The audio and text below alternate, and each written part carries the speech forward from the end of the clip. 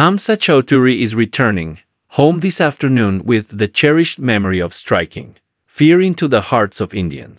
অপরচুনিটিগুলো পেয়েছি, আমরা সেটা যদি গোলে কনভার্ট করতে পারতাম, আমরা 3টা পয়েন্ট নিয়ে যেতে পারতাম। যেহেতু আনফরচুনেটলি আমরা জিততে পারিনি, 3 পয়েন্ট নিতে পারিনি। আমাদের জন্য ওপেন আছে, আর গ্রুপে এখন সবাই 1 পয়েন্ট করে, সবাই ড্র করেছে, সবার জন্য ওপেন। হোপফুলি আমরা নেক্সট ম্যাচগুলোতে ভালো করব এবং এই ম্যাচটা ড্র হওয়াতে কি সবার জন্য ওপেন হলো এটা? না, এই ম্যাচটা ড্র না, শুধু অন্য পাশে যে 2টা ম্যাচ হয়েছে সেটাও ড্র। সো এটাতে আমাদের জন্য সুযোগ থাকলো। আজকে লাস্ট নাইট যদি আমরা জিততে পারতাম তাহলে আমাদের জন্য একটা অ্যাডভান্টেজ থাকতো, আমরা 3 পয়েন্ট সবার উপরে পেয়ে যেতাম। রহমত, গতকালকে যখন 20 মিনিটের মাঝে তবু ইনজুর্ড হলেন এবং আপনি নেমে গেলেন ক্যাপ্টেন্সি আর্মব্যান্ড হাতে পড়ে, ওই সময়টায় বাড়তি প্রেশার বা কোনো মোটিভেশন কি কাজ করেছিল না, মানে কোনো ফিলিংস ছিল? ওই সময় আপনাদের প্ল্যান কি ছিল?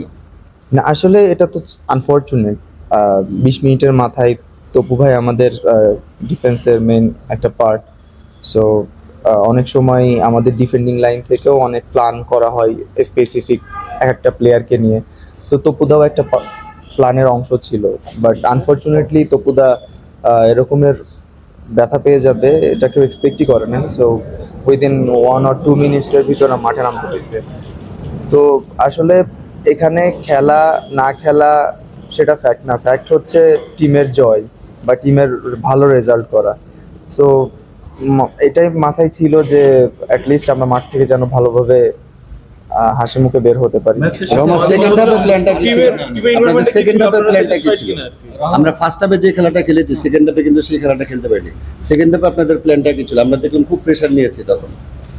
না, আসলে যেহেতু ইন্ডিয়ান হোম মাঠে খেলতেছি, স্বাভাবিকভাবে তারা গোল পাচ্ছিল না, তো তারা অ্যাটাক করবেই বেশি। বাট আমরা ঠান্ডা মাথায় খেলার চেষ্টা করেছি যে যতটুকু পারা যায় ডিফেন্সিভ মোডে যাওয়া। না, আমাদের ডিফেন্সিভ মোড, আমরা নর্মাল অ্যাজ ইউজুয়াল যেটা খেলার আমরা সেটা খেলতে পারতেছিলাম।